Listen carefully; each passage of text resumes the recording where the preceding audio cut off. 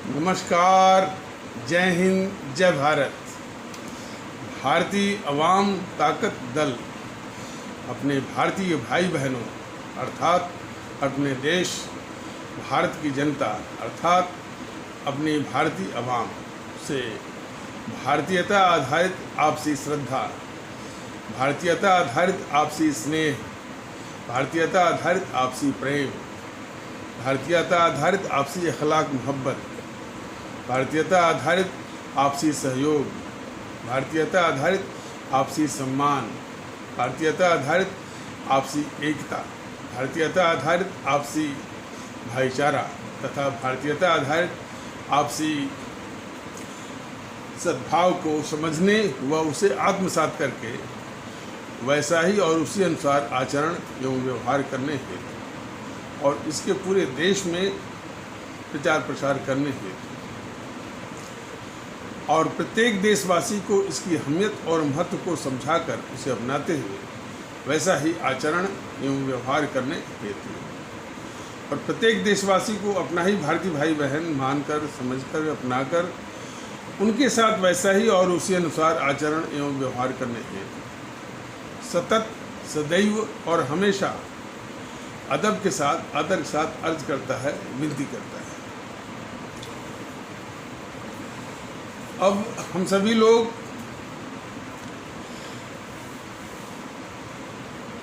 जो चीन के साथ भारत की स्थिति बनी हुई है, युद्ध जैसी स्थिति बनी हुई है, दोनों की सेनाएं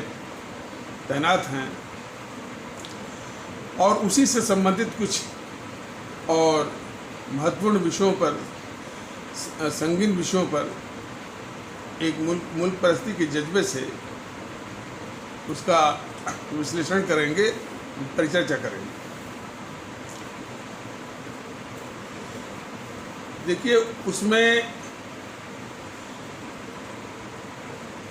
एक कोई हरिमोहन IAS विथ हरिमोहन करके वो चलाता है यूट्यूब। वो कहता है कि हम IAS की कोचिंग चलाते हैं और उसके किसी ऐप के द्वारा फ्री जो मटेरियल है इसका सिविल सर्विसेज की तैयारी का, IAS की तैयारी का, वो डाउनलोड करके जो उसके महत्वाकांक्षी हैं उसकी तैयारी करते हैं, कर सकते हैं। एक तो उसका ये कहना है और वो बड़े महीन किस्म से चीन के पक्ष में माहौल बनाने की कोशिश करता है। इसको आप यूँ समझ लीजिए कि जैसे एक द हिंदू पेपर है अंग्रेजी का, अंग्रेजी दैनिक है, तो वो कम्युनिस्टों का पेपर है वो है और वो चीन से उसको फंडिंग आती है। यानी कई उसके माने देश के साथ रहना और धोखेबाज उसके कारनामे हैं। एक तो नाम उसने ऐसा रखा है द हिंदू कि काफ़ी माने एक जो तबका है हमारे भारतीय समाज का, वो हिंदू शब्द सुनते ही जो है वो क्या करता है, उसकी कारगुजारियाँ क्या हैं, उधर जो है वो ध्यान देने की जहमत नहीं करता है। एक तो उसने ऐसा नाम रखा है द हिंदू। और फिर इसी की आड़ में वो चीन की फंडिंग पर देश के खिलाफ और चीन के पक्ष में हमेशा माहौल बनाता है भारत के अंदर, लेकिन वो भी बड़ी सफाई से।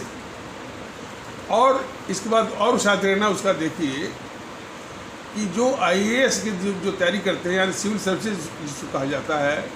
तैयारी करते हैं, उसके लिए बहुत अच्छा से अच्छा सामग्री मटेरियल ला करके वो उपलब्ध कराता है। तो सिविल सर्विसेज तैयारी करने वाले जो महत्वाकांक्षी हैं, एस्पिरेंट्स हैं, उनका चहता पेपर है,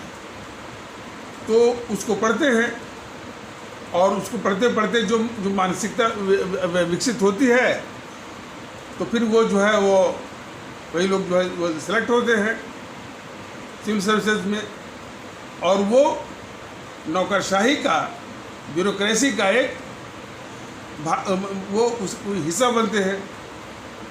अब जो नौकरशाह बन रहे हैं उनमें द हिंदू हिंदू अखबार, जो कि हमेशा चीन के पक्ष में, भारत के खिलाफ मानसिकता हमेशा वो माने यही बात भरता रहता है, उसी मानसिकता की पृष्ठभूमि वाले ये सिविल सर्विसेज के लोग जो है नौकरशाही में जाकर के विद्यमान है। तो ये उसका एक खतरनाक खेल है, यानी कम्युनिस्टों का, चीन के कम्युनिस्टों का, भारत के कम्युनिस्टों का और द हिंदू पेपर का। इसी तर्ज पर एक IAS विद हरमोहन करके चलाता है, कोचिंग वो है, वो अक्सर जो है चीन के पक्ष में माहौल बनाता है। जब कुछ आलोचना वगैरह हो जाती है, और खास करके हमारे भारतीय आम ताकत दल के कुछ कार्यकर्ताओं ने उस पर टिप्पणी की कि तुम जो ये माहौल बना रहे हो चीन के पक्ष में भारत के खिलाफ, इसके लिए तुमको कितना पैसा मिला हुआ है। तो वो कभी कभी फिर भारत के पक्ष में दिखाने के लिए, सिर्फ दिखावा, और फिर जो है मैंने करके फिर वो कुछ और वीडियो में चीन के पक्ष में माहौल वो बनाना वो शुरू कर देता है। तो कहने का मतलब है कि इस तरह की वो छुपी हुई ताकतें, कई ताकतें हों, वह मोदी जी के शासन व्यवस्था के अधीन उछल रही है।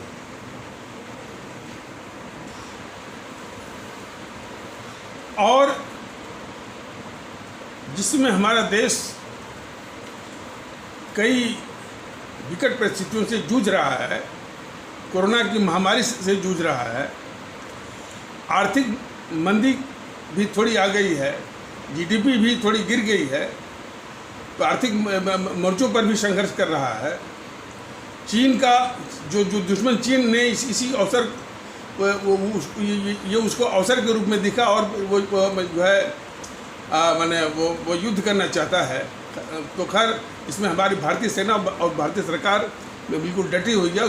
उसको मुँह तोड़ जवाब देने के लिए। और बल्कि बेहतर है कि यदि वो लड़ना नहीं चाहता है तो इसी समय वो लड़ करके उसको पंग करके नष्ट में नाबूद। और यदि ये आपके क्वाड कह लीजिए, क्वाड में जिसमें कि अमेरिका है, भारत है, ऑस्ट्रेलिया है, जापान है, और इसके अलावा फ्रांस और ब्रिटेन भी साथ आ गए हैं, ये मिलकर के कितना पंग करते हैं इसकी भी परीक्षा हो जाएगी। और पंग से मतलब है कि वो आर्थिक रूप से पंग, वो आर्थिक रूप से पंग होगा तो वो तभी जाकर के मानेगा। और भारत सरकार की ओर से, जो विदेश मंत्री की ओर से जो ये बातचीत वाली बात है, ऐसा दिखावा करने की जरूरत है ही नहीं। भारत सरकार को एक भाई हम बातचीत के लिए तैयार हैं, लेकिन जो रवैया चीन का है वो बातचीत के पक्ष में नहीं है, और वो कभी भी बातचीत से आज तक न माना है न मानेगा। वो एक नरसंहारी विस्तारवादी वो एक संगठन है। तो बगैर वो पंग हुए जो है किसी देश से नहीं मानेगा, और पूरे विश्व समुदाय के लिए खतरा है, भारत के लिए भी खतरा है। यह कहने में जरा भी भारत सरकार को गुरेज नहीं करना चाहिए। भारत के विषय में पूरा विश्व जानता है। तो इसकी असलियत को, असलियत का मतलब कि ये धोखेबाज है, पैतरेबाज है, विश्वासघाती है, चालबाज है, और इससे बातचीत करने का कोई मतलब नहीं है। बातचीत भी करता है तो किसकी और जो धोखेबाजी करने के लिए और पत्रेबाजी करने के लिए और अवसर ढूंढने के लिए और जो है और टाइम को बाई करने के लिए, तो उससे बात करने का कोई मतलब नहीं है। और नहीं इस तरह से यानी वो सफिस्टिकेटेड वर्ड में बोलने की भी ज़रूरत नहीं है। जो उसको इन्हीं मोर्चों पर जब जाकर के बोला ना वो संयुक्त राष्ट्र संघ में कि एक शांतिपूर्ण देश है, तो तुरंत इसको काटना चाहिए कि शांतिपूर्ण तो है ही नहीं। जो चीन में कम्युनिस्ट पार्टी ने 10 करोड़ लोगों का हत्या करवाया, तिब्बत में लोगों का हत्या करवाया, उत्तरी पूर्वी जो है तो तुर्कमेनिस्तान को कब्जा करके आज उसको सिंजियांग प्रांत बना दिया, और जो उसके अत्याचार जो है सिंजियांग में तिब्बत में चल रहे हैं, तो वो तुरंत उसको जो है वो बेनकाब करना था कि शांतिपूर्ण तो है ही नहीं, और हर एक देश से जो है अपने के साथ इसका सीमा विवाद के रूप में जो है वो सीमा विवाद भी है, और जो छोटे मुल्कों को जो है वो जो अपनी ताकत से वो धमकाता रहता है, डराता रहता है, और उनको बुल्ली करता रहता है। तो जो ही शांतिपूर्ण बोला, और तो जितने भी शास्त्रीय किस्म के अपराधी बड़े बड़े होते हैं वो शब्दों से आपको भरमाते जरूर हैं।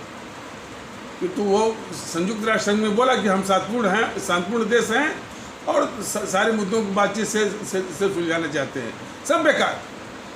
तुरंत वो इसको